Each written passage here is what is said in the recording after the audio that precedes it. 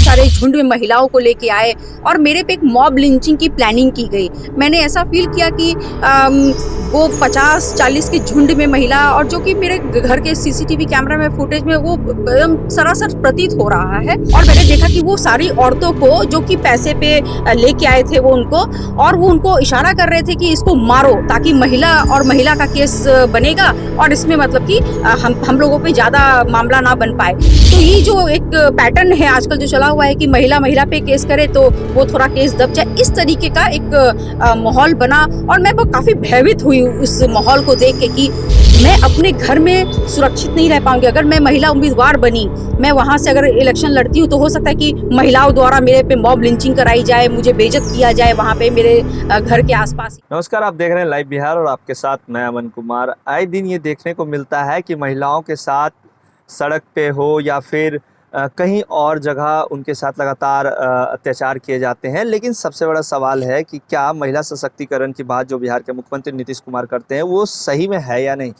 क्योंकि इसी की कड़ी में एक मसला हमारे पास भी आया है। हाईकोर्ट की वकील हैं मीनू कुमारी, और इनकी क्या समस्या है सीधे इन्हीं से जानेंगे।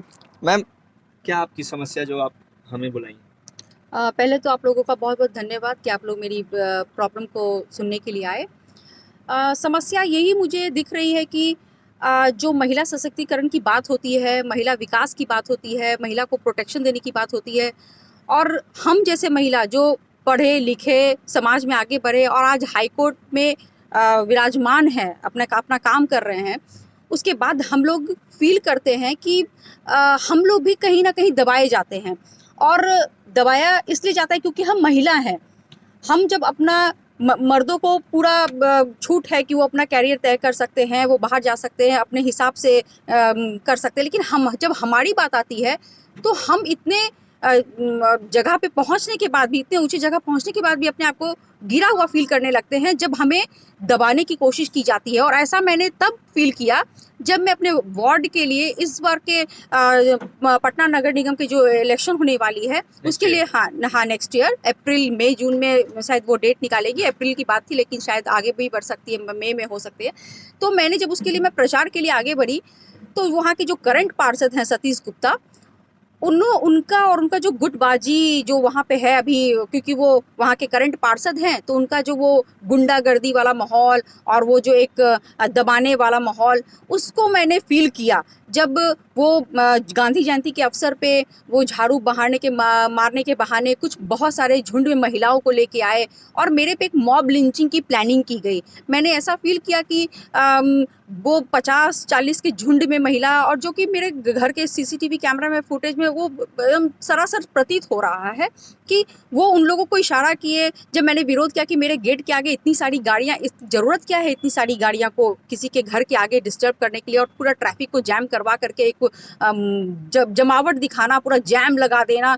तो और मैं पेशे से वकील हूँ, मुझे आना जाना रहता है, तो मैं जब गेट खोलने निकली तो मैंने देखा, मैंने विरोध किया कि भाई थोड़ा सा गाड़ी आगे बढ़ा लो।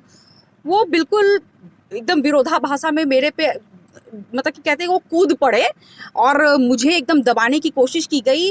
और मुझे इस तरीके से एक बेइज्जती करने की एक नियत से मेरे पे जो हमला करने की कोशिश करवाई जा रही थी, मैंने उसको फील किया। और मैंने देखा कि वो सारी औरतों को जो कि पैसे पे लेके आए थे वो उनको, और वो उनको इशारा कर रहे थे कि इसको मारो ताकि महिला और महिला का केस बनेगा और इसमें मतलब कि हम लोगों पे ज़्यादा मामला ना बन पाए। तो ये जो एक पैटर्न है आजकल जो चला हुआ है कि महिला पे केस करे तो वो थोड़ा केस दब जाए, इस तरीके का एक माहौल बना। और मैं काफ़ी भयभीत हुई उस माहौल को देख के कि मैं अपने घर में सुरक्षित नहीं रह पाऊंगी। अगर मैं महिला उम्मीदवार बनी, मैं वहाँ से अगर इलेक्शन लड़ती हूँ तो हो सकता है कि महिलाओं द्वारा मेरे पे मॉब लिंचिंग कराई जाए, मुझे बेइज्जत किया जाए वहाँ पे मेरे घर के आसपास ही। तो ये चीज़ को मैंने फील किया और मैं थोड़ा सा डरी सहमी हुई सी महसूस की। उसके बाद मैंने प्रशासनिक लोगों को इत्तिला किया कि मेरे साथ इस तरीके का साजिश रचा जा रहा है करंट पार्षद के द्वारा, तो इसको थोड़ा सा देखा जाए। तो मैंने FIR दर्ज करने के लिए आवेदन दिया है, इस पर इंक्वायरी चलेगी अभी। और महिला आयोग, इलेक्शन कमीशन, सबको मैंने इत्तला दे दिया है कि मुझे भी फ्रीडम है, मैं एक महिला हूँ, मुझे भी फ्रीडम है कि मैं एक स्वतंत्र तरीके से, एक लीगल तरीके से मैं भी चुनाव लड़ूं। लेकिन मुझे मेरे दरवाजे पे आके कोई मुझे धमकाए और वो भयभीत करने की कोशिश की जाए, वो एक महिला होने के नाते मैं इसका विरोध करती हूँ। और मैं यही चाहती हूँ कि आगे भी जो महिला अपने कैरियर के लिए, पॉलिटिकल कैरियर के लिए आगे जाना चाहती हैं, उनको भी सुरक्षा प्रदान की जाए। जो कि मैं एक हाईकोर्ट की वकील होकर के एक भयभीत फील की हूँ, वो दूसरी महिलाएं ना फील करें। इसलिए मेरा सरकार से एक गुजारिश है, इलेक्शन कमीशन से है, कि हम जैसी महिलाओं जो आगे बढ़ना चाहती हैं, उनको थोड़ा सा सहयोग प्रदान किया जाए। मैं सवाल सीधे मैं आपसे लेता हूँ। जिस तरीके से आपने कहा कि वार्ड पार्षद जो है वो आपको दबंगई रूप से डरा रहे, धमका रहे, तो क्या इलेक्शन में तो अभी टाइम है, तो क्या आपने उसको लेके चुनाव प्रचार किए थे या फिर किसी भी तरीके की माहौल वहाँ बना था जिसको लेके उनको लगा कि नहीं ये हमारे टफ कॉम्पिटिटर है, ऐसा कुछ माहौल बना, इसको लेके भी क्या वो दबाव बना रहे? बिल्कुल, क्योंकि मेरे पिता स्वर्गीय सरयुग प्रसाद हैं, जो कि पूर्व उप महापौर रहे हैं पटना नगर निगम में। तो उनको, हमारे परिवार के किसी लोग को वो खड़ा नहीं होने दे रहे। मेरे भाई को वो बिल्कुल क्लच में ले चुके हैं। मेरे भाई को, वो पिछले बार इलेक्शन में खड़ा होना चाहता था, पवन कुमार उसका नाम है, लेकिन उसको वो बिल्कुल पैसे वैसे खिला करके बैठा दिए और उसको बहुत दबाव दिया गया, क्योंकि वो एक सीधा साधा प्रवृत्ति का लड़का है और कुछ हमारे बीच में अनबन रहती है, जैसे हर घर में भाई बहनों में होती है, तो वो उसका पूरा फायदा उठाते हैं और उसी का फायदा उठाते हुए उसको वो खड़े नहीं होने दिए। अब 5 साल के दौरान के बाद मुझे ऐसा फील हुआ कि ये लोग हम लोगों पे काफ़ी ज़्यादा वो कर रहे हैं, टॉर्चर कर रहे हैं हम लोगों को, लोकल लोगों को टॉर्चर कर रहे हैं। वहाँ पे बहुत करप्शन चल रहा है, महिलाओं को लेके करप्शन चल रहा है, दलाली चल रही है वर्क परमिट में 15%। तो लोग मेरे दरवाजे पे आते हैं, क्योंकि मैं वकील हूँ और वृद्धा पेंशन और जो वो होता है, जो कोरोना में बहुत सारे फंड्स आए थे वितरित होने के लिए, वो सारा अपने घर में रख लेते थे। तो लोग मेरे पास आते थे, तो मैंने उनको बोला कि जाके कंप्लेन करो। तो बोलते कि जब आप लोगों को सारी समस्या पता है तो आप लोग क्यों नहीं खड़े होते। तो मुझे ये बात मेरे जहन में बैठी कि जब पढ़ाई लिखा वर्ग नहीं जाना चाहेगा पॉलिटिक्स में, वो पॉलिटिक्स को गंदा समझता है, तो सही बात है, हम लोग को भी शर्म है अपने आप पे कि हम लोग घर बैठे हुए हैं, बस घर बैठे बैठे बोलते। तो मैंने निर्णय लिया कि नहीं, मैं इस बार आऊँगी जनता की, मैं भी देखती हूँ कि ये कितना कठिन होता है, जो लोग नहीं कर पाते। इतना फंड्स आता है, भारत सरकार के पास इतना फंड है, लोकल जगह पे इतना फंड्स है, तो वो जाता क्यों है, कहाँ जाता है, तो ये लोग दबा लेते हैं अपने पास। इसलिए मैंने इस बार निर्णय लिया है कि मैं खुद खड़ी होंगी। और क्योंकि मैं सरयुग प्रसाद उप महापौर की बेटी हूँ, इसलिए मुझे उन्हें बहुत स्ट्रॉन्ग कंटेस्टेंट दिख रहा है। और क्योंकि मैं लॉ एंड ऑर्डर से बिल्कुल वाकिफ़ हूँ, उनको एक भयभीत सिचुएशन फील हो रहा है कि शायद इनका माहौल ज़्यादा बन जाए, और वो इस तरीके से मुझे प्रताड़ित करने का अब पूरा प्रयास कर रहे हैं कि इस लेवल पे ही मुझे दबा दिया जाए कि, और बेइज्जती कर दिया जाए कि मैं आगे उठ ना पाऊँ। तो आपने इसको लेके सभी जगह, तो आपने कहा कि हमने लगभग सभी जगह अपना आवेदन दे दिया है, एफआईआर के लिए महिला आयोग की भी बात कर रही हैं। क्या लगता है कि अगर आप जिस तरीके से कंप्लेन कीजिएगा तो उन पे अगर कार्रवाई होती तो आने वाले समय में फिर से आपके साथ उस तरीके के मॉब के रूप में आप पे हमला भी तो हो सकते हैं इस तरीके? जी, इसी के लिए मैं, इसी सुरक्षा के लिए मैंने सारे प्रशासनिक लोगों को मैंने इत्तला कर दिया है, एसएसपी, डीजीपी, इलेक्शन कमीशन, ताकि एक प्रोटेक्शन, क्योंकि मैं सामना करूँगी, क्योंकि मैं महिलाओं के हित में हमेशा काम किया है। मेरा रिकॉर्ड है कि मैंने महिलाओं के लिए बहुत काम किया है और मैं नहीं दबना चाहती, चाहे वो मुझे जान भी क्यों ना देनी पड़े। मैं यहाँ पे आगे की महिलाओं के लिए मैं अपना एक जगह बनाऊंगी कि वो हमेशा ज़िंदगी में आगे बढ़ें, और उनके लिए मैं हमेशा तत्पर रहूँ। गवर्नमेंट से आपको क्या डिमांड है? मेरी गवर्नमेंट से यही डिमांड है कि जो महिलाएं आगे बढ़ना चाहती हैं, आप उनका रिकॉर्ड चेक कराइए कि वो कैसे रिकॉर्ड की महिला हैं।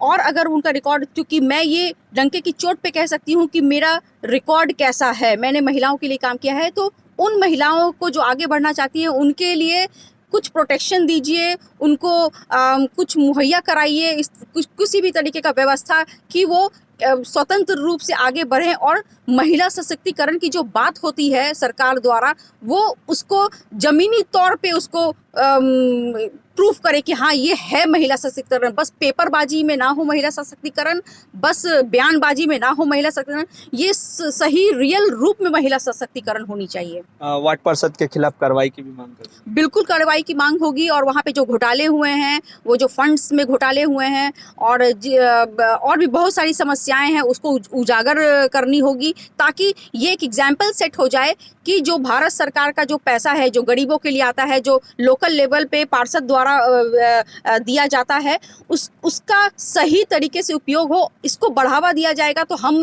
भारत हमेशा गरीब ही रहेंगे और ये पॉकेट भरते रहेंगे पार्षद बनते बनते। मुझे किसी चीज़ की पैसे की मुझे ज़रूरत नहीं है, मैं भली भांति मैं सक्षम हूँ, लेकिन इन जैसे लोग जो आते हैं, गुंडा प्रवृत्ति के लोग जो आते हैं पैसा बनाने के लिए, उन जैसे लोग को आगे नहीं बढ़ने देना है। तो आपने सुना सीधे तौर पे हाईकोर्ट की वकील मीनू कुमारी हमारे साथ थी और इनका कहना था कि आने वाले अगले साल में नगर निगम का चुनाव होने को है और उसको लेके अभी से मैं अपनी तैयारी कर रही हूँ, क्योंकि वहाँ के जो वार्ड पार्षद हैं वो काफ़ी ज़्यादा दबंग है और लगातार उनका जो काम है, कार्यशैली है वो ठीक नहीं है। उसको लेके हम सोच रहे थे कि आगे जब महिला की बात होती है, महिला उत्थान की बात होती है, तो क्यों ना एक महिला के रूप में हम खुद को प्रोजेक्ट करें और उसी को लेके ये लोगों के बीच मिलती हैं, उनकी समस्या को सुनती हैं और वो वहाँ के जो वार्ड पार्षद है वो उन्हें ये चीज़ सही नहीं लगी। उसको लेके इनके घर पे बाकायदा काफ़ी लोगों के साथ पहुँचे, कचरा का डंप करवाया, वहीं इनसे हाथापाई भी की गई और इनका ये कहना था कि हम वार्ड पार्षद के खिलाफ कार्रवाई की मांग करते हैं और इनका ये भी कहना है कि तमाम जगहों पे हमने अपना आवेदन भी दिया है, एफआईआर भी किया है। अब देखने वाली बात है कि गवर्नमेंट कितना महिला उत्थान की बात करती है, महिला सशक्तिकरण की बात करती है। तो क्या मीनू कुमारी की बात हमारे चैनल के माध्यम से बिहार सरकार सुनती है ना, और जो जिला प्रशासन की बात इन्होंने कहा है कि और वो जिला प्रशासन इनके जो आवेदन है उसके विरोध में कार्रवाई करती है ना। इससे जुड़ी तमाम खबरें लाइव बिहार देते रहेगा। विकल इतना ही। लाइव बिहार यूट्यूब पर सब्सक्राइब और फेसबुक पर लाइक जरूर करें।